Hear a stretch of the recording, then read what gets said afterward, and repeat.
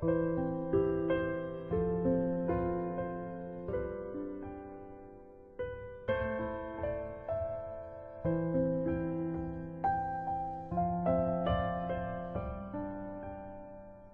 sa Miška Musalová, v rehabilitačnom centre Renona som vlastne teraz už tretíkrát na treťom pobyte. Prvýkrát, keď som prišla do tohto rehabilitačného centra, musela som sa učiť odnova a postupne všetky úkony.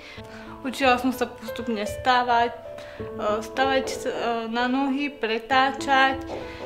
Postupne som učila pomenšie kroky, ktoré musela som spevniť brušné svalstvo, kvôli ktorému predtým som nemohla urobiť tie kroky alebo tie úkony sama, bez pomoci.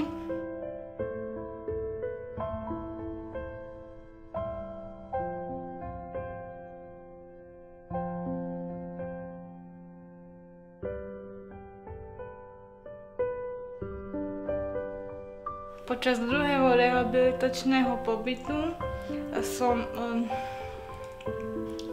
sa postupne snažila robiť menšie kroky aj bez pomoci.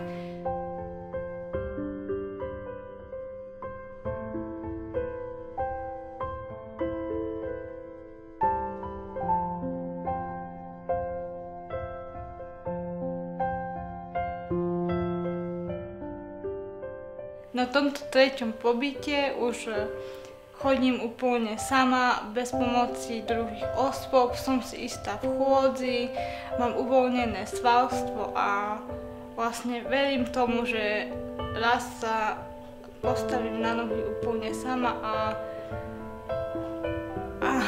nikto mi nebude musieť pomáhať v bežných úkonoch.